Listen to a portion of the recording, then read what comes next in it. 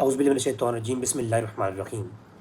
اما عائشہ صدیقہ سلام اللہ علیہا کے بارے میں ایک روایت مشہور ہے، وہ یہ ہے کہ اما عائشہ کی یہ روایت کئی اور متون میں اختلاف ہے، کئی اور طریق سے ہمیں ملتی ہے، جس میں یہ ہے کہ جی اما عائشہ کہا کرتی تھیں کہ جس نے یہ کہا کہ اللہ کے نبی غیب جانتے ہیں، اس نے جھوٹ بولا، بہتان باندھا۔ اور یہ بھی ساتھ میں وہ آیت پڑھتی تھیں، وہ آیت سورہ نمل کی آیت نمبر 65 ہے، قل لا یعلم من فی السماوات والارض الغیب الا اللہ۔ اس آیت کا میں سکین بھی نکال لوں، میں نے کہیں غلط نہ پڑھ دی ہو۔ یہ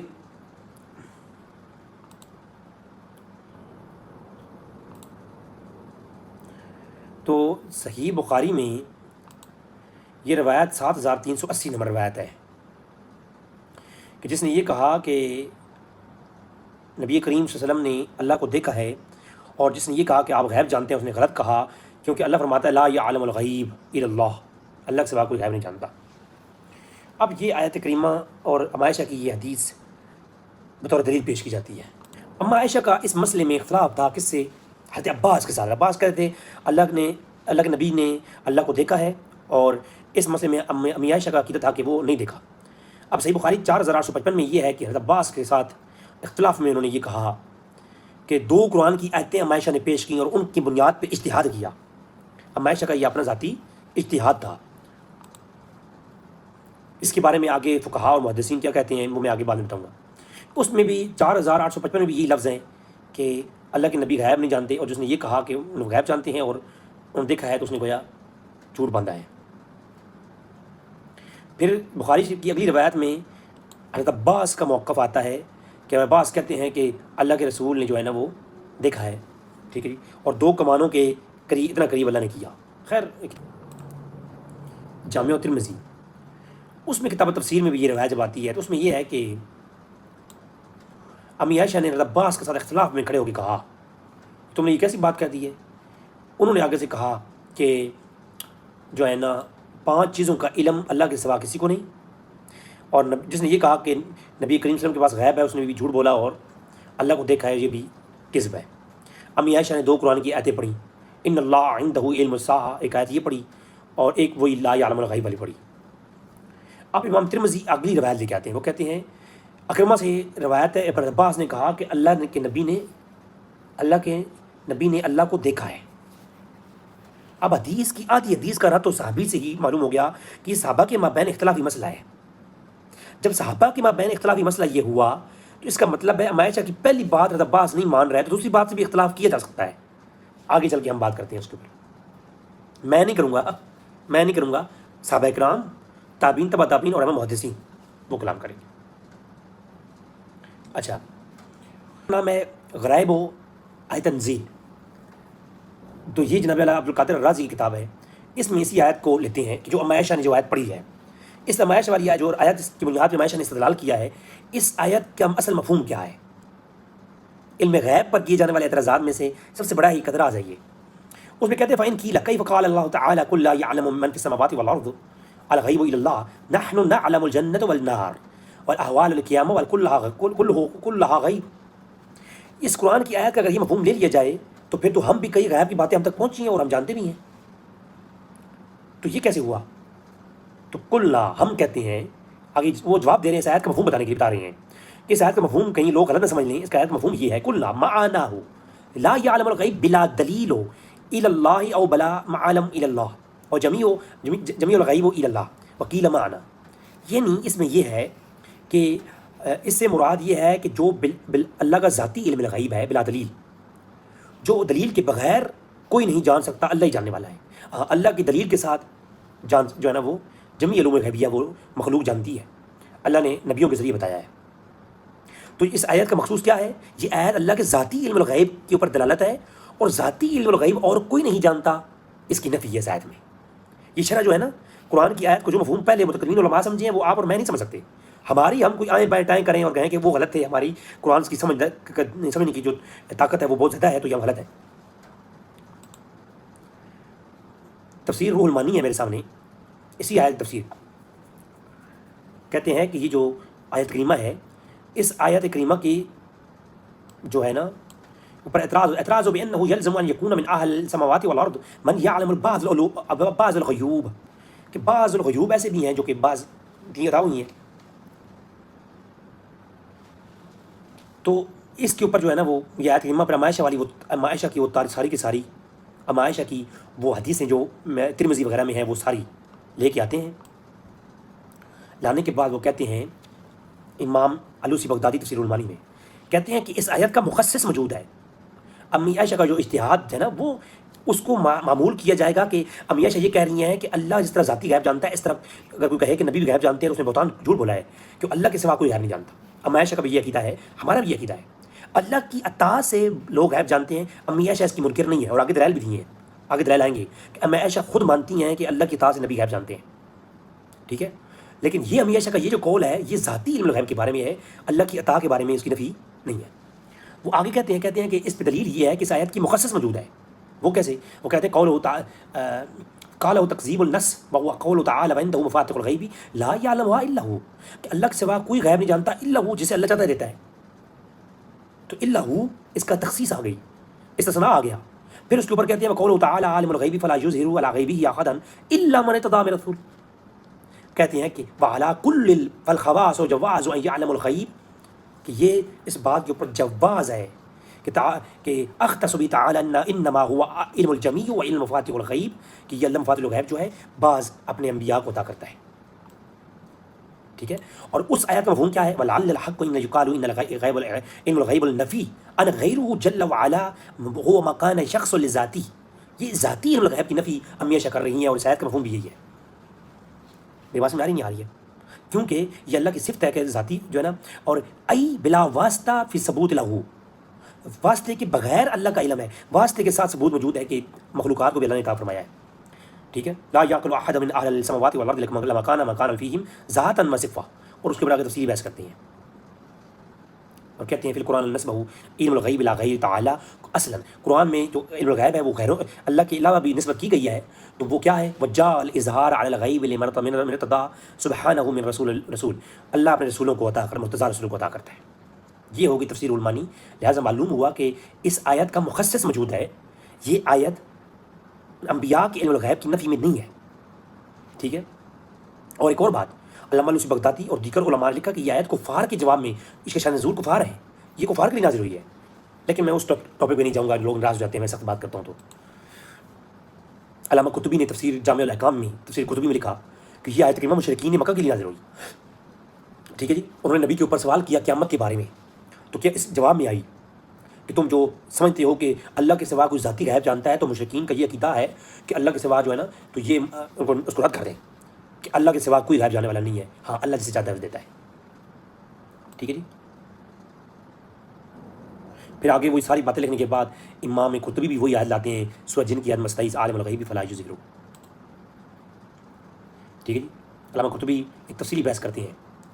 ٹھیک ہے جی، امی عائشہ کی وہ ساری حدیث لکھنے کے بعد ترمذی کی، جس میں امی عائشہ کہتی ہیں جس نے یہ کہا کہ نبی انبیاء اگر نبی غیب جانتے ہیں تو وہ گویا انہوں نے جھوٹ بولا. ان آیات تمام لکھنے کے بعد انہوں نے حدیث کو، تو یہ کہتے ہیں اللہ جنہیں چاہتا ہے ان بندوں کو عطا فرماتا ہے. یہ علم الغیب اضافی کی نفی نہیں ہے. امام قرطبی نے لکھا عالم الغیب فلا یظہر، یہ اس کا مخصص پیش کیا، اس کا یہ تخصیص ہے اس کی. یہ علامہ سوالبی کی تفسیر سوالبی ہے، اس میں اس آیت کے نیچے لکھا ہوا ہے کہ یہ آیت مشرکین کے لیے نازل ہوئی. یہ کانوں نجومی جو اپنے ذاتی طور پر علم غیب بتاتے تھے بغیر کسی کے بتائے، اللہ کے واسطے کے بغیر جو اپنے غیب بتاتے تھے، تو وہ جناب اللہ اس کے بارے میں یہ نازل ہوئی. وہ حجاج بن یوسف نے جو ہے نا وہ ایک کہان کس کے لیے کہا کہ تمہاری مٹھی بتاؤ کیا ہے، اس نے بتا دیا کہ نہیں کہیں بتا دی. تو وہ روایت لے کے آئے تو انہوں نے کہا کہ یہ کافروں کے لیے نازل ہوئی اور یہ نجومیوں کے رد میں ہے کہ اللہ ذاتی غیب جانتا ہے، تم یہ کچھ نہیں جانتے جو تم لوگ اپنی طرف سے بتا رہے ہوتے ہو ذاتی. ہاں، اللہ کی عطا سے نبی جانتے ہیں، بس کوئی نہیں جانتا، نبیوں کا خاص ہے. تفسیر کشیری ہے، ٹھیک ہے جی، علامہ کشیری نشاپوری الشافعی کی، وہ بھی یہی کہتے ہیں کہ الغیب ما لا یطلع علی احد ولیس علیہ خلق الدلیل، کہ دلیل کے بغیر بتائے بغیر ذاتی غیب کی نفی ہے اس آیت میں. ٹھیک ہے جی، میری بات سمجھ نہیں آ رہی ہے؟ تفسیر امام ابن حاتم الرازی اہل سنت کی سب سے پہلی تفسیر، ابن جریر طبری سے پہلے کی تفسیر 327 ہجری میں فوت ہوئی ہیں یہ. ٹھیک ہے جی، اس میں بھی یہ لکھا ہوا ہے کہ یہ جو آیت ہے یہ حاضی النجوم الکہن، یہ جو کہن ہوتے ہیں، کہن نجومی، یہ ان کی تردید میں نازل ہوئی ہے کہ وہ غیب کی باتیں بتاتے تھے، تو قرآن نازل ہوا کہ اللہ کی ذاتی اللہ کی صفت ہے، اللہ کے پاس ہے غیب، تم لوگ جو اندازہ لگاتے ہو یہ غیب نہیں ہے، ٹھیک ہے۔ تفسیر مظہری ہے، تفسیر مظہری کے اندر بھی یہی بات ہے، اسی آیت کے نیچے لکھا ہوا ہے کہ اللہ کے بتائے بغیر کوئی نہیں جانتا، دلیل جس پہ قائم نہ ہو، جیسا کہ وہ کاہن اور نجومی کرتے ہیں، اس طرح کا علم یہ کوئی نہیں، اللہ کے سوا کوئی نہیں جانتا۔ زمین و آسمانوں میں کیا ہے، یہ نجومی جو ڈرامے کرتے ہیں یہ ان کا رد ہے، ٹھیک ہے، خود بخود کوئی غیب نہیں جانتا، ہاں اللہ کی اطاعت سے وہ کہتے ہیں کہ اللہ جن پہ مطلع کرتا ہے وہی جانتے ہیں، نبی نہیں۔ تو یہ تفسیر مظہری کا بھی حوالہ آ گیا۔ فتاوی امام نووی رحمۃ اللہ علیہ کا موقع بھی سن لیں اس آیت کے اوپر۔ امام نووی کہتے ہیں کہ قل لا یعلم من فی السماوات والارض الغیب الا اللہ، یہ آیت لے کر کہتے ہیں کہ قول النبی صلی اللہ علیہ وسلم لا یعلم ما فی غد الا اللہ۔ وہ کہتے ہیں کہ دیوار کے پرے کیا ہے، نبی نے فرمایا کہ اللہ کے سوا کوئی نہیں جانتا۔ اب اس میں وہ آیت پیش کی، کہتے ہیں اشباع ھذا من قرآن الکریم والحدیث، کہ ایک بعض حدیثوں اور قرآن کریم کی آیات سے اس آیت کا ٹکراؤ ہو رہا ہے، بظاہر شک اور شبہ آ رہا ہے اس میں، اس کو کیسے دور کیا جائے گا؟ کہتے ہیں کہ انه قد وقع علم ما فی غد فی المعجزات والمعجزات الانبیاء صلوات اللہ علیہ وسلم وفی کرامات اولیاء، کہ غیب کا جو علم ہے وہ ولیوں کو بھی ہوتا ہے کرامت کے طور پر، اور جناب والا ہوتا ہے انبیاء کو بھی ہوتا ہے، لیکن فرق یہ ہے کہ آگے لکھتے ہیں کہ وہ جو استقلالاً ہوتا ہے وہ انبیاء کا مستقل ہوتا ہے، اور وہ قطعی ہوتا ہے، اور جو اولیاء کا ہے وہ ضمنی ہوتا ہے، اس لیے ان بحث کی آگے۔ تو وہ کہتے ہیں الجواب ما انا لا يعلم ذلك استقلالا وعلم الحیات بكل المعلومات الى اللہ، حیاتے کے ساتھ اور کامل ذاتی طور پر مستقل علم اللہ کا ہے، یہ اللہ کی صفت ہے۔ واما المعجزات والکرامات فصلت بعلام اللہ انبیاء والاولیاء لا استقلالا وهذه كما انا نعلم ان شمس الاذات علات، یعنی وہ کہتے ہیں کہ جو نبیوں اور ولیوں کا علم ہے یہ ذاتی ان کا نہیں ہے، استقلالی نہیں ہے، یہ عطائی ہے، اور اللہ کی تعصب جانتے ہیں، معجزات عطا ہوتے ہیں۔ آپ بخاری کے اندر پڑھیں، اور بخاری سے آپ عمدۃ القاری پڑھیں، بدر الدین عینی رحمۃ اللہ علیہ وہ کیا کہتے ہیں، اسی ایک حدیث کی، اسی حدیث جو عائشہ والی حدیث ہے،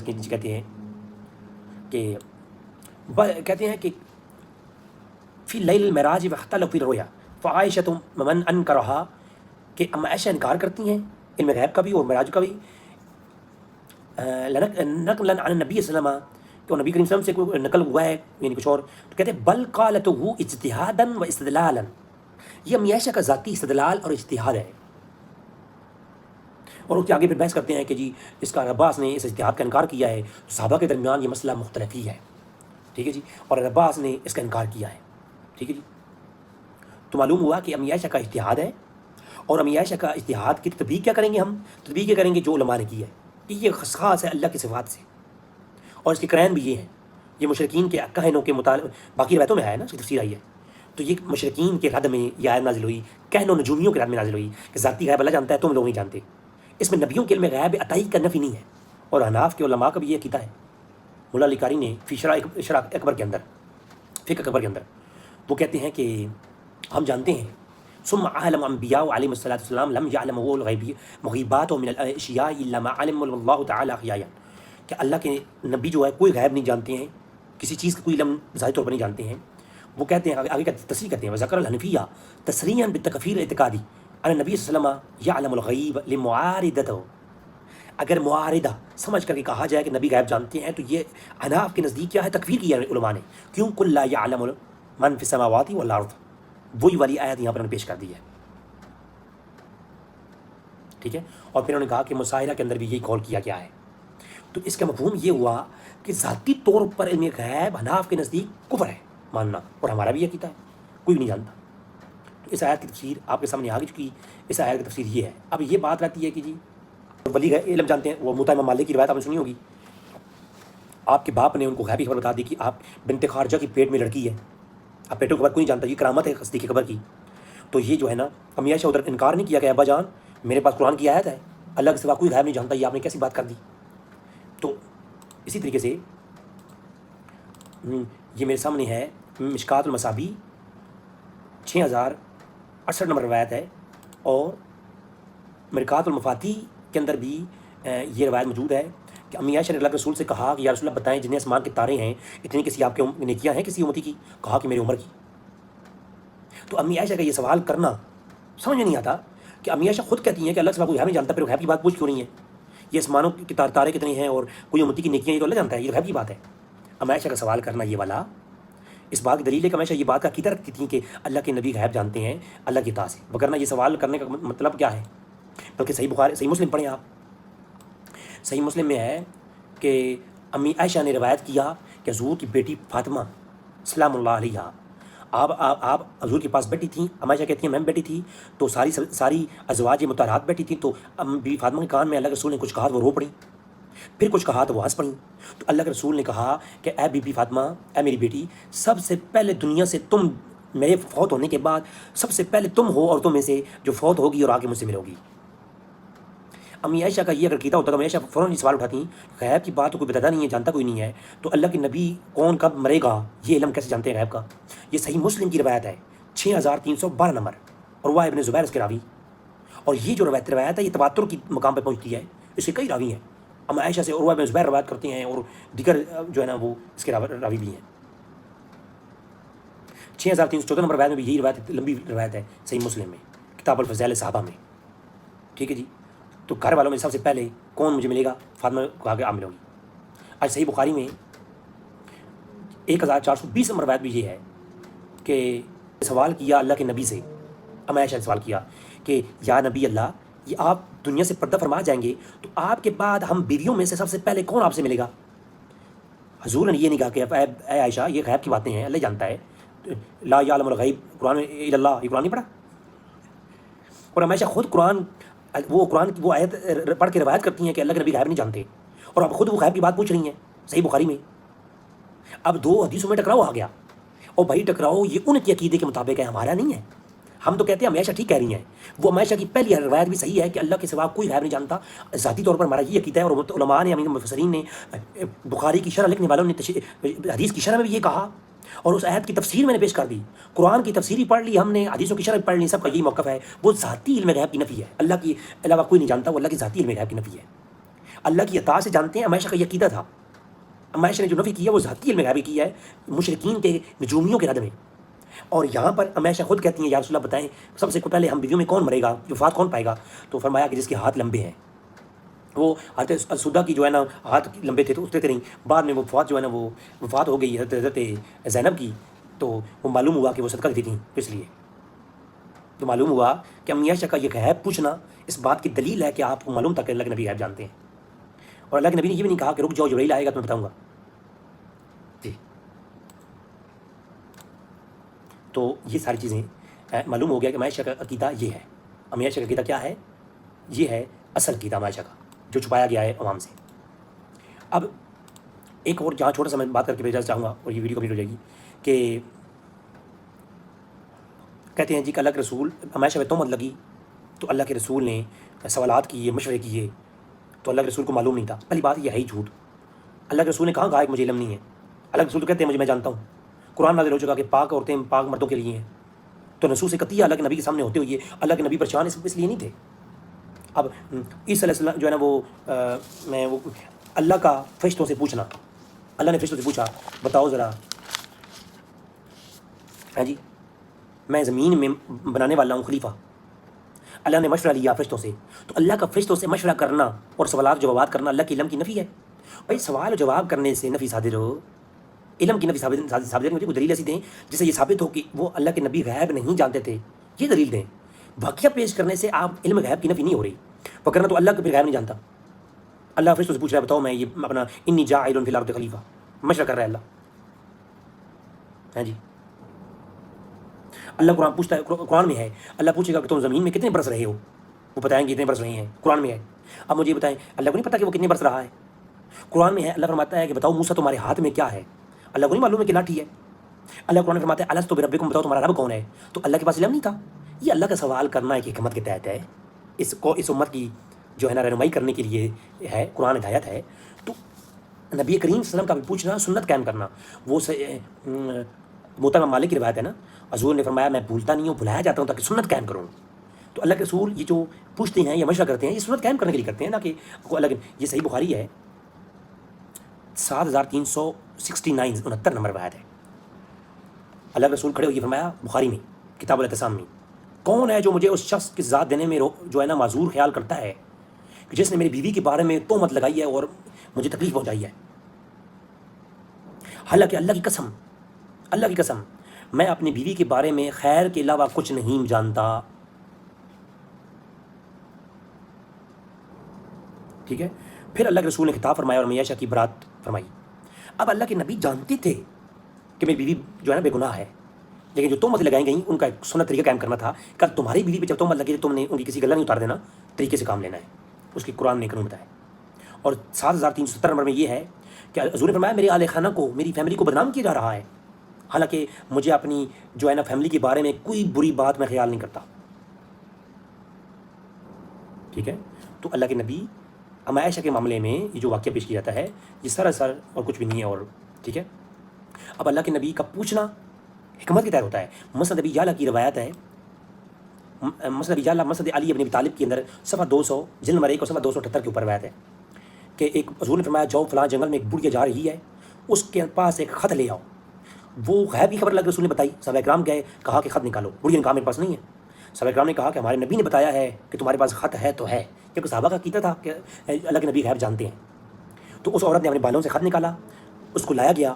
تو اللہ کے رسول صلی اللہ علیہ وسلم جب یہ جانتے ہیں کہ بڑھیا کے پاس خط ہے، دور سے غیبی خبر جانتے ہیں، اب بڑھیا کو سامنے کھڑا کیا گیا. اللہ کے رسول نے پوچھا بتاؤ یہ خط کس کا تھا؟ بڑھیا نے بتایا کہ یہ حاتب نے دیا تھا مجھے. اب اللہ کے رسول کا پوچھنا یہاں پہ، جب یہ اللہ کے رسول جانتے ہیں کہ اس بڑھیا کے پاس خط ہے تو یہ نہیں جانتے کہ دیا کس نے ہے؟ یقیناً جانتے ہیں. ہاں، سارے لوگوں کے سامنے سوال کرنا یہ سنت قائم کرنا ہے کہ انویسٹیگیشن کرنا یہ سنت اللہ کے رسول کی طریقہ ہے. پھر حاتب کو بلایا گیا. اللہ کے رسول نے پوچھا حاتب یہ تم نے کیوں کیا ہے؟ حاتب نے پھر اپنی صفائی دی ہے جو بھی ہوا. تو اس حدیث سے معلوم ہوا، اس روایت سے معلوم ہوا کہ اللہ کے نبی کا پوچھنا حکمت کے تحت ہے. اللہ کے نبی جانتے ہو یہ بھی پوچھ سکتے ہیں. اب مجھے پتا ہو کہ فلاں میرا دوست کہاں سے آیا ہے، میں پھر بھی کہتا ہوں کہاں سے آ رہے ہو، اب مجھے پتا بھی ہے. تو پوچھنا کسی حکمت کے تحت ہوتا ہے. اس کا نفی ثابت، پہلی بات یہ دلیل نہیں ہے نا، غیب کی نفی ثابت کرنا کی دلیل نہیں ہے. صحیح مسلم کے اندر 7264 نمبر روایت ہے. حذیفہ رضی اللہ تعالیٰ روایت کرتے ہیں کہ اللہ کے نبی ہمیں ہر چیز بتاتے تھے اور جو چیز ہم یاد رکھتے بھول جاتے. تو بھول جانا عدم علم کی نشانی نہیں ہے، بلکہ حضرت تو کہتے ہیں کہ اللہ کے رسول ہمیں کچھ بتاتے ہم بھول جاتے، جب وہ چیز سامنے آتی پھر یاد آتا کہ ہاں یہ ویسے تھا. تو توجہ اور عدم توجہ کی بنیاد، تو اللہ کے نبی کا علم بھی توجہ اور عدم توجہ کی بنیاد پر ہے. اللہ کے نبی کی توجہ جب اس طرف ہو گئی تو اللہ کے نبی کے علم میں آ گیا.